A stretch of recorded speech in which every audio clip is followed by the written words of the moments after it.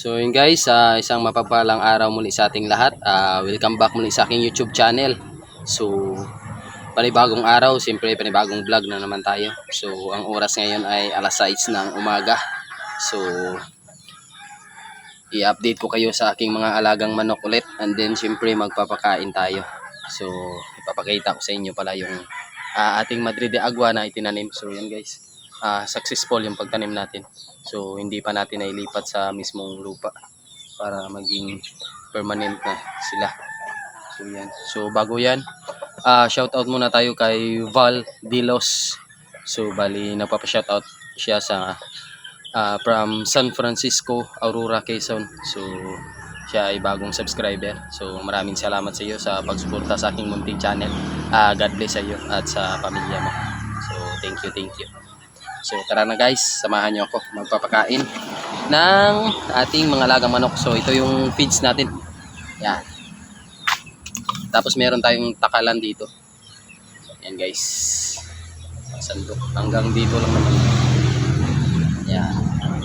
Para makontrol natin yung pakain sa ating munting mga manukan. So yan guys, yan yung ating manukan. So last time kasi tinanggal ko yung mga nakalagay dito na kawayan kasi sayang. So doon ko nilagay sa ginawa kong bagong kulungan. Ayan, para hindi sila makalabas. So kulang pa yung net natin na yan. Kasi yung mga native kayang-kaya nila yung liparin niya. So ito yung sinigaan ko kagabi. Yan, kung makikita nyo. Para iwas lamok. Kasi ang daming lamok guys. Nagkakabulutong yung ating mga sisiw.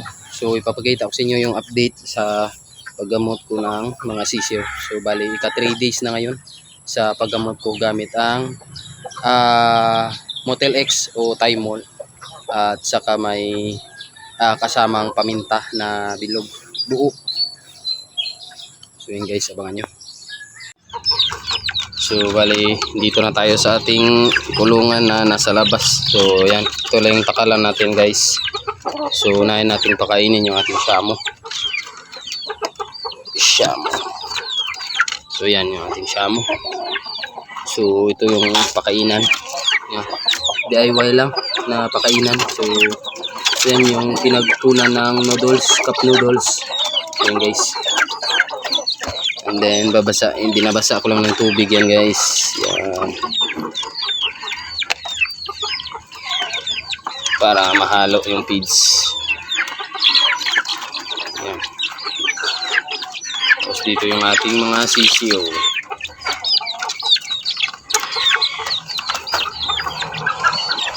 Yan. So yan yung ating sisiyo. So tingnan natin yung update.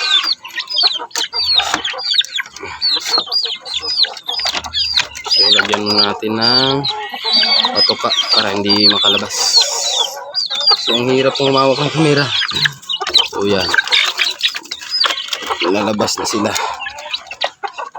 Yan sila guys. So bali ito na yung mga sisiw na nawala naming inahin. So bali 4 to.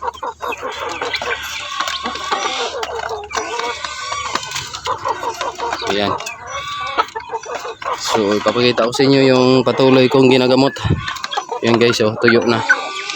Yan. So painumin ko rin to ngayon. Tapos yung isa dito. Yan oh. So tuyo na yung kanilang sugat. So gumagaling na. Yan.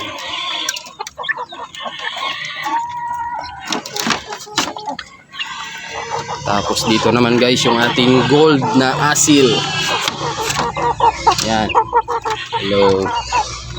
Hello guys. Bata pa to guys, hindi pa pwedeng mabreed. So, dito rin yung kanilang yan, kanyang pakainan. DIY lang ng pakainan.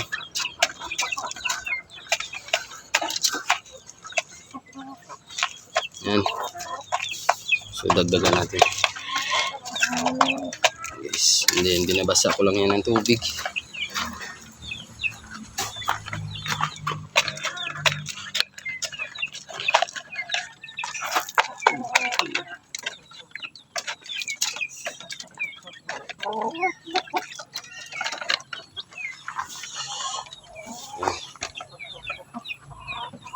So bali yan yung kabuwang itsura ng kulungan guys. Yun siya ang taas, grabe ang haba ng paa. Ayan. Tapos yung ating shamo dun sa loob. So punta rin tayo dun para pakainin sila.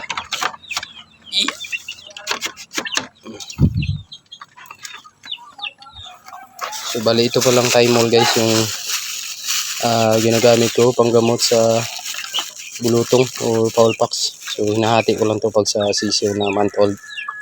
Kasi pag buo, hindi nilang kayang lunukin. So yan.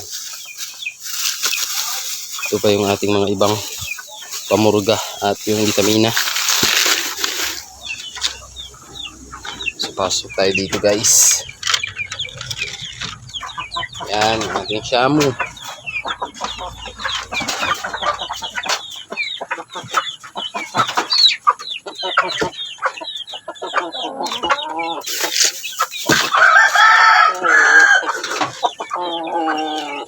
So, kain ka na. Uy, yan. Diyan lang yung kanyang pakainan. Yan o. Yan. Basa ko lang yan guys. Tapos yung inahin natin dito na may nag-iisang sisiw. Yan guys, kasi hindi talaga nakaligtas yung iba sa bulutong. Yan siya. Yan yung inalagaan yung sisiw. Yung Brahma. Yan guys. Siyempre yung patubig. So bali darag to na native darag chicken yan. Yung inahin. Tapos dito yung ating mga alagang Brahma. Yan.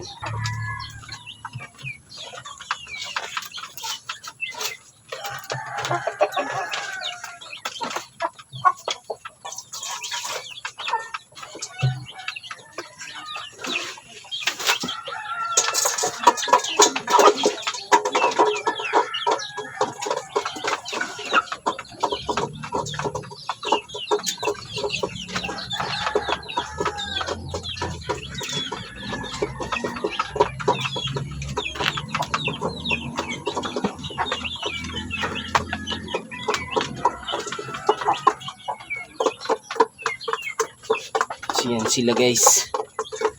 Yan. Ating may lahing Brahma na manok.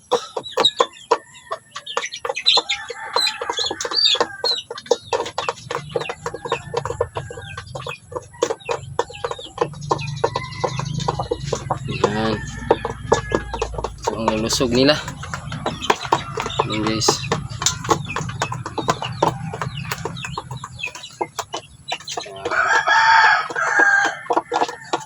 Laki. So ipapasili ko sa inyo guys yung kanilang mga itlog. So yan. Actually nabawasan na yan. Inuulam namin.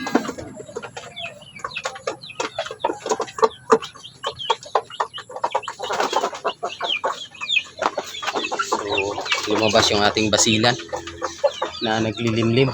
So kakain siya. Bibigyan din natin ng pagkain. Ito yung ating black Siamang asil. Guys, so pinakawalan ko muna dyan sa breeding pin na to. So ayaw pa kasi magpa-breed. Yan, so hindi ko lang sinamahan ng lalaki.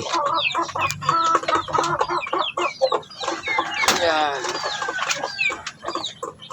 So yun guys, dito na yung ating basilan. So pinapakain na natin kasi bumaba siya. Siya ay naglilimlim. So 12 days na ngayon. So bali papakita ko sa inyo yung itlog niya. So ito yung itlog niya guys. Yan, 11. Yan o. So hopefully meron niyang laman lahat. So nakanling ko yan. Nung ika 6 days pa lang. Merong similya yung 10. Yung isa is hindi pa sure pero itatry ulit natin ngayon. Yun guys, so hindi ko lang maipakita kasi isa lang yung cellphone natin. So cellphone lang kasi yung gamit natin na pang candling. So yan. So malalaki din yung itlog niya guys, oh. So yan. So hopefully mapisa to lahat. So yun lang guys yung update ngayon dito sa aking munting backyard. So yan, ito yung basila natin. So shoutout nga ulit kay Valdilos from San Francisco, Aurora, Quezon. So shoutout sa iyo. Ayan, healthy pa rin yung ating basilan kahit naglilimlim na. So yan, abangan nyo guys at God bless sa ating lahat. Bye bye.